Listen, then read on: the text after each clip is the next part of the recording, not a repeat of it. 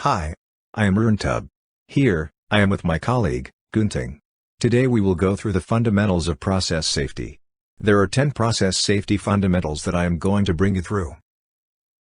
Hi, I am Gunting. I will brief you about the basics of our business. We produce oil or gas from an offshore platform. This oil or gas is sent to an onshore plant for processing. After processing, it is processed further into various products and sent to various industries. Our natural gas is the source of energy to many customers. For example, power generation that generates electricity for critical use, such as our homes and hospitals. Therefore, it is critical for us to do our business safely. Before we go into the details, let's refresh ourselves with some basics. What do personal and operational safety cover? For example, when you ascend or descend the staircase, but does not hold on to the handrail properly, you may trip and fall. Or when you loosen or tighten an equipment, you can have a risk of finger pinched or crushed, if you do not use the right tool in the right hand or finger protection. The potential consequences can be injuries, or even fatality. But, what is process safety? Our business, that is producing hydrocarbon, also handles chemicals, or utilities like diesel and gasoline. They are all kept, or contained in the pipes, or tanks, and that is where they need to stay at all times. When we do any maintenance, but do not comply with procedures, or do not put in place the correct barriers, loss of containment can occur. Loss of containment, if uncontrolled further, can be ignited and cause fire and explosion. Due to its pressure and hazardous features, fire from an uncontrolled process release can reach as far as many meters, which can kill multiple people working in the area. Therefore, it is very important to understand the process hazards that you are working with, and the controls that need to be put in place, to prevent loss of containment from happening in the first place. Hey! You guys are back with me. Now, let's look at PSF one by one. Remember, we are here to learn. So, please give your full attention. If you have any question, please jot down in your notes so that you can ask me at the end of the session. Firstly, PSF number 1. Always use 2 barriers for hydrocarbon and chemical drains and vents. It covers hydrocarbon and chemical system as the examples that you can see here. Does your work involve drains and vents, or event sampling points that is vented, or drained to the atmosphere? What do you need to do to comply with PSF number 1? After you have completed draining or venting, make sure that both valves have been reinstated to closed positions if the drains have 2 valves. If the drain has 1 valve and 1 plug, ensure that the valve has been closed and plug reinstated. Why 2 barriers? Because if one barrier fails or valve passing, the second barrier can still provide containment to prevent loss. Look at these examples. Think of what are the good practices, or if there is any gap. If you have only single barrier, or miss to reinstate a plug, there is a potential of the single barrier passing, and cause loss of containment. If there is an ignition source around the area, the hydrocarbon can be ignited and cause major fire, or explosion. PSF number 2. Do not leave an open drain or critical transfer unattended. What does it cover? It covers hydrocarbon system, water system that contains hydrocarbon, vents and drains, draining, chemical and utilities stopping. What to do to have a safe critical transfer? Always have a minimum 2 persons to supervise critical transfer, and there is means to communicate with one another. Do not be distracted with other activities that are not related to the critical transfer. Ensure the connection, valves and pump, are correctly lined up and properly tightened. Ensure the system parameters are well within the intended operating conditions. Check that the holding tank to receive the filling is sufficient, and that there is no integrity issue, or blockage in the piping system. What can go wrong if you do not implement the right controls? The hose may dislodge and cause spill. There may be issue with the pump, causing the pump to pump more than required, which can cause the tank to collapse or cave in.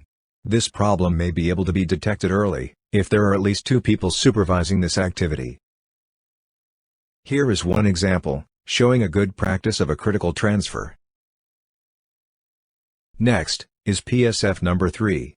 Take interim mitigating measures, in case of failure of safety critical equipment or SCE, which functions to prevent the occurrence of a major hazard. Or if a major hazard is released, SCE functions to mitigate the consequences. PRV is a safety critical element. Periodically, it needs to be taken out for recertification. Having two PRVs, with 2 times 100% configuration, allows one PRV to be taken out for maintenance, while still meeting the pressure protection requirement of a vessel. Another example of an SCE is piping. In this example, there was a minor leak detected at the valve flange. Based on the technical and risk assessment, pipe wrap was approved to be used as a temporary measure to contain this leak. When there is maintenance activity around this area, additional portable detectors are placed nearby to detect possible leaks. Now, let's see the next PSF, which is PSF number 4. It is about defining high-risk activities, and following procedures, and sign off after each step of the procedure. The examples of high-risk activities are startup and shutdown. So, what must be in place to ensure compliance with PSF number 4? Identify what are the high-risk activities. Understand, and comply fully, with the procedures. If the procedure is unclear, you must highlight this to your supervisor, to get clarity. The procedure may also need to be revised. Stop the job, if conditions are not per plan. This is an actual site example, where PSF number 4 was not complied with. There was a major gas release, due to the valve status, was not effectively documented, in the startup procedure. No fire or explosion, and no injury or fatality happened, as a result of this incident. But, it could be worse. Now, let's look at PSF 5, walk the line, verify and validate any lineup change. What are the controls and practices that you must implement to comply with PSF 5? Check that the PNID that you refer to reflect the current condition at site. Verify valves lineup are correct by physically going to the site. Validate the change via level, flow or pressure checks. If you notice that the lineup changes are not correctly marked on the PNID, report to your supervisor. Stop work if things don't feel right. Here are the examples of gas release incidents from actual sites, because line walk, verification, and validation were not carried out. The first picture shows that there was a gas release from a damaged hose, and the other incident shows that there was a gas release from a flange due to incomplete valve lineup. And here are the examples of good practices where line walk, verification and validation were carried out. Mechanical isolation and lockout tagout were installed to provide the status of the valves. Duty OIM conducted her line walk during one of her routine rounds to verify and validate lineup change. Next, let's move on to PSF number 6. Do not make a change without a proper MOC. What is an MOC? It stands for Management of Change. So, what must you do to comply with PSF number 6? Recognize what scope is defined as a change. Know how to raise an MOC. Do not make a temporary connection without an approved MOC. Report if the installation doesn't match with the design, or if PNIDs are not updated. What could happen if MOC is not raised or approved, but work proceeds? This is another example of an actual incident at site. Failing to identify hazards and control measures through MOC process could potentially lead to a loss of containment. In this example, equipment purging to atmosphere was rerouted using a hose. When purging was started, there was a gas release. It was found out later that the hose used had an integrity issue. This was not picked up because there was no approved MOC for this change. Hence, no risk assessment was done to identify hazards and controls. Next is PSF number 7. It is related to verifying for complete tightness after maintenance work. However, this is not only restricted to checking tightness after maintenance work. This is also applicable to before maintenance, to ensure tightness of isolation. Before maintenance can be done safely, on a specific pipe section, or equipment. What to do to comply with PSF 7? Ensure that you follow the approved flange management procedure. Verify mechanical completion by physically checking at the site. Remove isolation and reinstate locked open or locked closed valves to their original positions. Walk the line. Confirm that drains and bleeders are in place. Reinstate LOTO per the P&IDs. Let's look at this example. Can you identify any gap? Next, here are some of the examples of good practices at sites.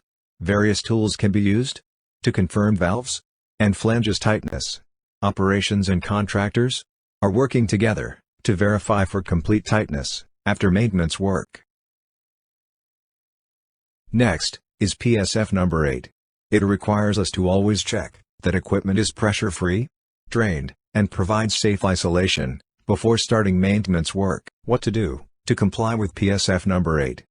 Ensure that you have a valid permit to work, to carry out isolation, or to isolation. Carry out isolation per plan, and if you cannot, escalate to your supervisor. Confirm correct isolation in place by doing physical checks at site. Confirm that there is no pressure in the system. This can be done by checking the pressure gauge and cross-checking with a duty CRO in the control room. Assume that the isolated hazard will be present during the first process system break, and use correct PPE. This means, always assume that there might be pressure in the system, even after you have completed the work or isolation. Escalate if the isolation equipment doesn't work properly. Remember, do not change isolation plans without approval. This is a summary of a real incident that has happened at a site. During de-isolation, after a valve maintenance was completed, gas release occurred from the valve flange. Personnel assumed that the isolated section was pressure-free and did not verify the system for pressure-free status. Personnel was also unaware that the upstream isolation was ineffective, which allowed gas from the upstream section enter the isolated system. This is a good practice example of pressure-free check, carried out prior to opening a pig launcher door for maintenance. Now, let's move on to PSF number 9. It requires us to perform management of change or MOC, and install backflow protection when connecting utilities to process. So, what needs to be in place to ensure compliance with PSF number 9? Do not connect utilities to process without an approved MOC or management of change. Install backflow prevention, for example, check valve, when connecting utilities to process or other utility systems. Here is an example of a loss of containment because of no check valve provided with a temporary utility connection. Therefore, do not assume that your equipment will always have a check valve installed with it. Always verify your drawings and conduct physical site check to confirm its availability and integrity. The last PSF is PSF number 10, which is respond to critical alarms. Note that it refers to control room operators working in the control room. Do you have any task that is linked or connected to process controls? What to do to comply with PSF 10? For CRO. Understand critical alarm and act on it accordingly. Variable table is referred to for the required response. Highlight if there is an inadequate or incorrect data in the variable table. Escalate if there is critical alarm that is not understood. And, do not inhibit or mute alarms without formal approval. For contractors or others, identify if your tasks are related to process controls. Identify hazards and controls so that your task will not compromise the integrity of critical alarms. What can go wrong if PSF number 10 is not complied with? In this scenario, there was a high-level alarm from a separator. This alarm was audible and visual in the control room panel. However, instead of responding and act on the alarm, the CRO has chosen to mute the alarm, thinking that it was just a spurious alarm. The vessel continued to overfill and caused the system to trip. This is an example of a good practice at site, where CRO responded and acted as required. Now, there is a clarification with regards to PSF number 10. PSF 10 helps and guides us to take the right action to prevent process trip and avoid potential loss of containment. However, what does a GPA do? GPA is activated after a trip or upon emergency shutdown activation. It functions to notify personnel to muster or evacuate if necessary after a major accident event. Therefore, GPA is an emergency response critical alarm, but not a process critical alarm. It is not categorized under PSF 10. Remember, PSF helps you to apply good operational practices in your daily activities to prevent loss of containment that can potentially lead to major fire or explosion. Comply with PSF so that all of us can go home safely to our loved ones. Well, we have come to the end of the session.